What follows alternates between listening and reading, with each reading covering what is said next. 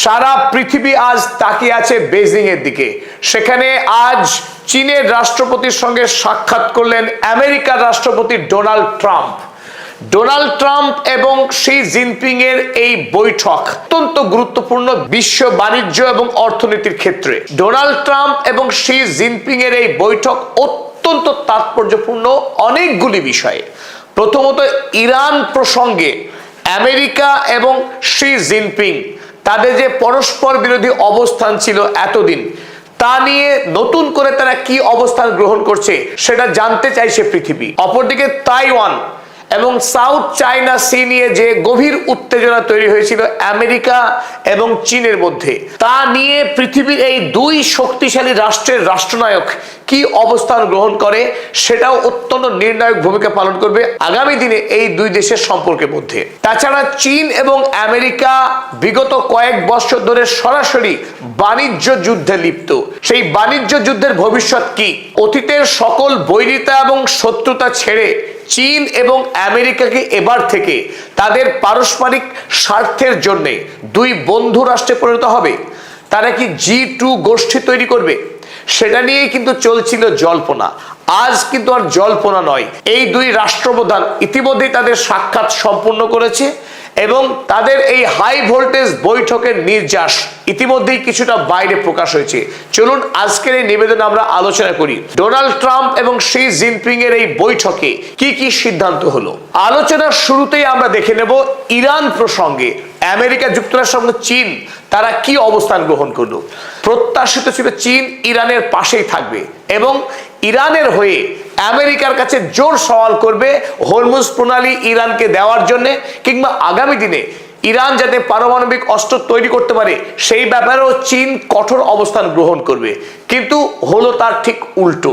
যে ইঙ্গিত গতকাল আমরা কিঞ্চিত দিয়েছিলাম যে আমেরিকা যুক্তরাষ্ট্র এবং চীন তাদের পারস্পরিক বাণিজ্যিক স্বার্থের কারণেই তাদের মধ্যে ঘনিষ্ঠতা তৈরি হবে, ইরানের পাশে চীন ঠিক অতটা সরবভাবে নাও থাকতে পারে। কিন্তু আজকের সভাতে যেটুকু বাইরে এসছে, ডোনাল্ড ট্রাম্প এই মুহূর্তে ঢাক ঢোল বাজিয়ে তিনি গোটা পশ্চিমী দুনিয়ার মিডিয়াকে জানিয়েছেন শি জিনপিং এর সঙ্গে আলোচনায় এটাই ঠিক হয়েছে যে ইরানকে আগামী দিনে স্ট্রেট অফ হরমুজকে খুলে দিতে হবে।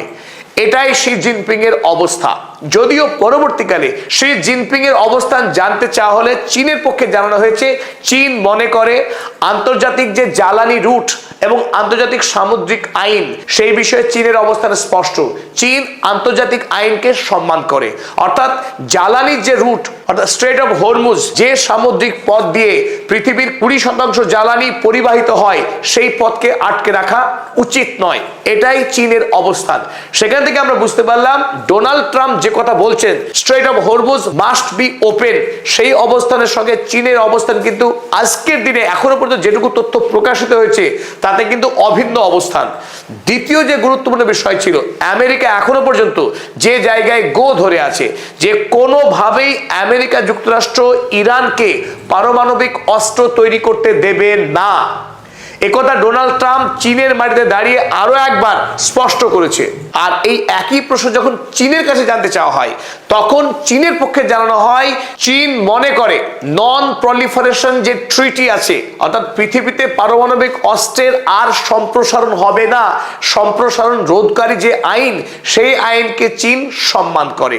এখান থেকেই পক্ষান্তরে বলা যায় চীন এও মনে করে নতুন করে ইরানের পারমাণবিক অস্ত্র তৈরি করে পৃথিবীতে যে অস্থিরতা তৈরি হবে সেই অস্থিরতা চীন এই মুহূর্তে চাইছে না। তবে চীনের এই অবস্থানের পশ্চাতে নিশ্চয় কোনো সুদূর প্রসারী কারণ লুকিয়ে থাকবে, কারণ সাম্প্রতিক সময় আমরা জানি ইতিমধ্যেই জাপান বিপুল পরিমাণে প্লুটোনিয়াম সংগ্রহ করেছে।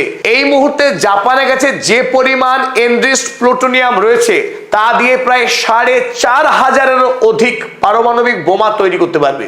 তাই যদি ইরানকে খুল্লাম খাল্লাম চীন অনুমতি দিয়ে দেয় পরমাণু অস্ত্র তৈরি করতে, সেই ক্ষেত্রে জাপানও কিন্তু কাল বিপুল পরিমাণে পরমাণু অস্ত্র তৈরি করে একটা বিশ্বের নতুন করে টেনশন শুরু করবে। সুতরাং চীন এই মুহূর্তে অত্যন্ত সতর্কতামূলক অবস্থান গ্রহণ করেছে, কারণ তিনি যখন ডোনাল্ড ট্রাম্পকে স্বাগত জানাচ্ছিলেন তখনই একটি কথা খুব স্পষ্ট করে তিনি জানিয়েছিলেন যে এই মুহূর্তে গোটা পৃথিবী তাকিয়ে আছে আমাদের দিকে, অর্থাৎ চীন এবং আমেরিকা তাদের যে পারস্পরিক সম্পর্ক, এই সম্পর্কের ওপরেই বিশ্বের ভবিষ্যৎ নির্ভর করছে। গোটা পৃথিবীর ব্যবসা বাণিজ্য এবং অর্থনীতি তার যে ভবিষ্যৎ, সেই ভবিষ্যৎ কিন্তু নির্ভর করছে আমেরিকা এবং চীনের পারস্পরিক বন্ধুত্বের উপর। এই জন্যই শি জিনপিং দাবি করেন যে আমেরিকা এবং চীন তারা পরস্পরের প্রতিদ্বন্দ্বী নয়, বরং তারা পার্টনার, এবং এই দুই রাষ্ট্রের পরস্পর বিরোধিতার তুলনায় স্বার্থের পরিমাণই অনেক বেশি। তাই এই দিকটা মাথায় রেখেই ডোনাল্ড ট্রাম্পকে স্মরণ করিয়েছেন যে আগামী দিনে আমেরিকা যুক্তরাষ্ট্র চীনের সঙ্গে বরং বন্ধুত্ব তৈরি কাজে মনোযোগী হোক, অকারণ সংঘাত সৃষ্টি নয়। তবে তাইওয়ানের প্রশ্নে চীন আমেরিকাকে স্পষ্ট হুমকি দিয়েছে যে আমেরিকা যেন রেড লাইন ক্রস না করে, তাইওয়ান প্রশ্নে যেন আমেরিকা কোনোভাবেই নাক না গলায়।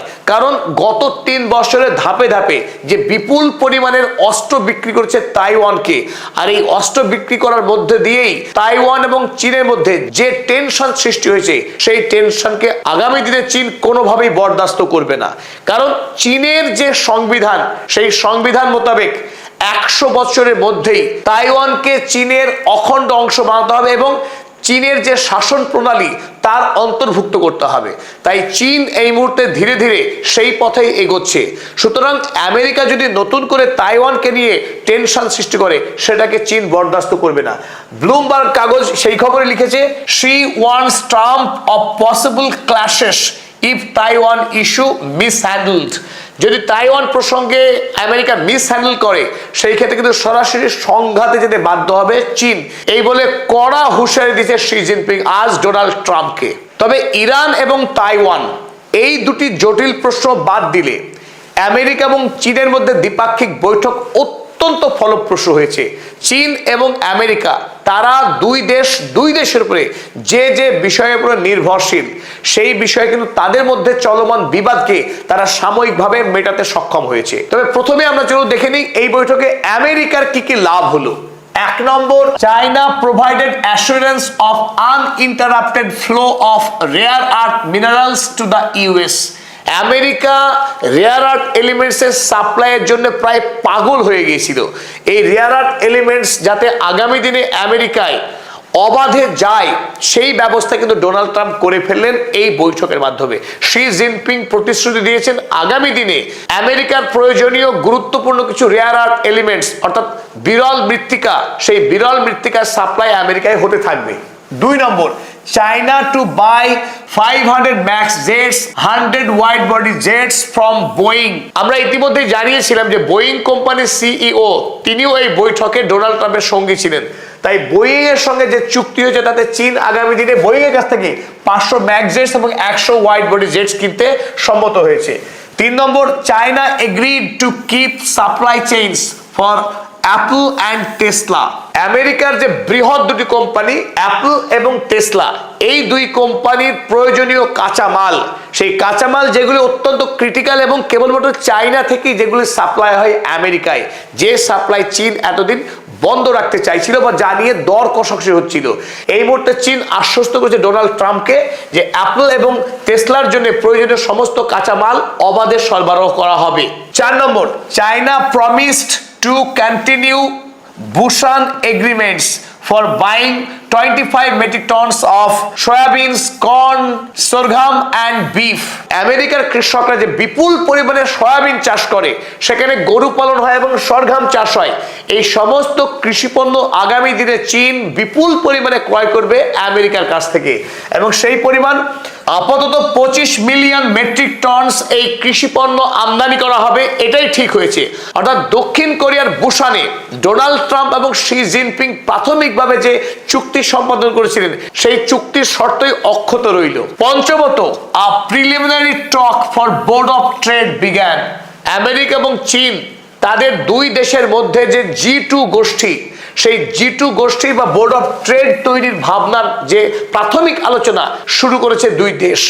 আমরা ইতিমধ্যেই জানিয়েছি যে আমেরিকা আর তার পুরনো G7 যে কান্ট্রির যে গোষ্ঠীগুলো ছিল সেই গোষ্ঠীর সঙ্গে কাজ করতে প্রস্তুত নয়, বরং তারা চীনকে এখন সবচাইতে বেশি অগ্রাধিকার দিতে চাইছে যাতে আগামী দিনে আমেরিকার সাম্রাজ্য টিকে থাকতে পারে। চলুন এবার আমরা দেখি এই বৈঠক থেকে চীন কি পেল। আমেরিকার তো অনেকখানি লাভ হয়েছে, চীনের কি তাহলে লাভ হয়নি? চীনের সবচাইতে গুরুত্বপূর্ণ লাভ যেটা এই মিটিংয়ে হলো তা হলো এনভিডিয়ার H200 চিপস তার চীনে যাতে সরবরাহ হয় সেই সরবরাহকে নিশ্চিত করলেন এবার শি জিনপিং ডোনাল্ড ট্রাম্পকে চাপ দিয়ে। এই বৈঠকে ডোনাল্ড ট্রাম্পের অপর গুরুত্বপূর্ণ সঙ্গী ছিলেন এনভিডিয়া কোম্পানির সিইও জেনসেন ওয়াং। এই জেনসেন ওয়াং এর সঙ্গে চীনের একান্ত বৈঠকে ঠিক হয়েছে আগামী দিনে এই এনভিডিয়া কোম্পানি চীনের বেশ কিছু গুরুত্বপূর্ণ ফার্মকে সরবরাহ করবে এই most critical H200 AI chips, যে এআই চিপস রোবোটিক্স এবং LLM মডেল চ্যাটজিপিটির মতো এআই প্ল্যাটফর্ম চালানোর ক্ষেত্রে এই H200 চিপস অত্যন্ত দরকারি, যা এখনো পর্যন্ত চীন সাফল্যের সঙ্গে কিন্তু আমেরিকার সঙ্গে প্রতিযোগিতা করার মতো উন্নত এআই চিপ বানাতে পারেনি। যদিও চীন ক্রমশ উন্নত হচ্ছে এই চিপ বিল্ডিং এ, এখনো পর্যন্ত সেমিকন্ডাক্টরে কিছু কিছু চিপ তৈরির ক্ষেত্রে চীন আমেরিকার উপরে দারুণভাবে নির্ভরশীল। তাই এই মুহূর্তে চীনের বড়সড় জয় হলো এই H200 চিপসের সাপ্লাইকে নিশ্চিত করতে পেরে। 2 নম্বর গুরুত্বপূর্ণ বিষয়, আলিবাবা, BYD এবং বাইডু। আপনারা প্রত্যেকেই জানেন যে চীনের এই 3 কোম্পানি ইতিমধ্যেই সারা পৃথিবীতে অপ্রতিরোধ্য শক্তি হয়ে উঠেছে। আলিবাবা আমেরিকার অ্যামাজনকে রীতিমতো টেক্কা দিচ্ছে গোটা পৃথিবীতে, অপরদিকে BYD ইলন মাস্কের টেসলা কোম্পানিকে অনেক পেছনে ফেলেছে ইতিমধ্যেই, সারা পৃথিবীর বিভিন্ন প্রান্তে অত্যন্ত সাফল্যের সঙ্গে তার ব্যবসা বাড়াচ্ছে প্রতি বছরে।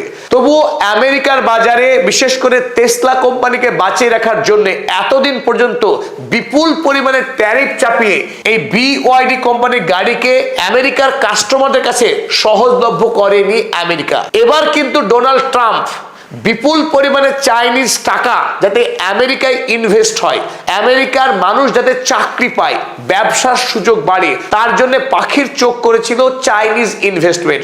সুতরাং BYDর জন্যও নতুন করে দরজা খোলা হলো আমেরিকার বাজারে। এবং সব থেকে গুরুত্বপূর্ণ বাইডু, আপনারা প্রত্যেকেই জানেন গোটা পৃথিবীতে বিশেষ করে ভারত বাংলাদেশ তো বটেই, আমরা সাধারণত GPS সিস্টেম ব্যবহার করি, গ্লোবাল পজিশনিং সিস্টেম। সেই গ্লোবাল পজিশনিং সিস্টেম আমেরিকার তৈরি, তাদের এই মুহূর্তে যে পরিমাণ এক্সেলেন্স বা সাফল্য রয়েছে চীনের এই বাইডু কোম্পানি তাকে কিন্তু অনেকখানি পেছনে ফেলে দিয়েছে। কিন্তু চাইনিজ এই কোম্পানিকে আমেরিকার কাস্টমারের জন্য এতদিন পর্যন্ত নিষিদ্ধ করে রাখা হয়েছিল এই কারণেই। এই বাইডু হলো চীন সরকারের যে মিলিটারি, সেই মিলিটারির একটা উইং, অর্থাৎ যদি আমেরিকার বাজারে এই বাইডুকে প্রবেশ করতে দেওয়া হয় তাহলে আমেরিকার নিরাপত্তা বিঘ্নিত হবে। এই যুক্তিতে এতদিন আমেরিকায় বাইডু কিন্তু ব্যবসা করতে পারতো না। ডোনাল্ড ট্রাম্প এবং শি জিনপিং এর এই বৈঠকের পরে বাইডু যাতে আগামী দিনে চীনে কিছুটা ব্যবসা করার সুযোগ পায় সেই দরজাও খোলা হলো, অর্থাৎ চীনের আন্তর্জাতিক বাণিজ্য আরো অনেকখানি গতি বৃদ্ধি পাবে আমেরিকার এই বাজার উন্মুক্ত হওয়ার ফলে। চীনের এই 3 জাইগান্টিক কোম্পানি আমেরিকায় ব্যবসা করার সুযোগ লাভ করার পর আরো একটি গুরুত্বপূর্ণ মেডিসিনাল ড্রাগ ফেন্টানিল, যে ফেন্টানিল চীন থেকে আমেরিকা বিপুল পরিমাণে আমদানি করে, এক কথায় চীনের উপর নির্ভরশীল এই ফেন্টানিল।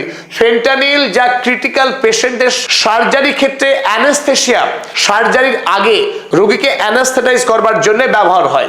কিন্তু আমরা এও জানি আমেরিকায় বিপুল পরিমাণের ড্রাগ অ্যাডিক্ট আছে যারা ফেন্টানিল নিয়ে নেশা করে।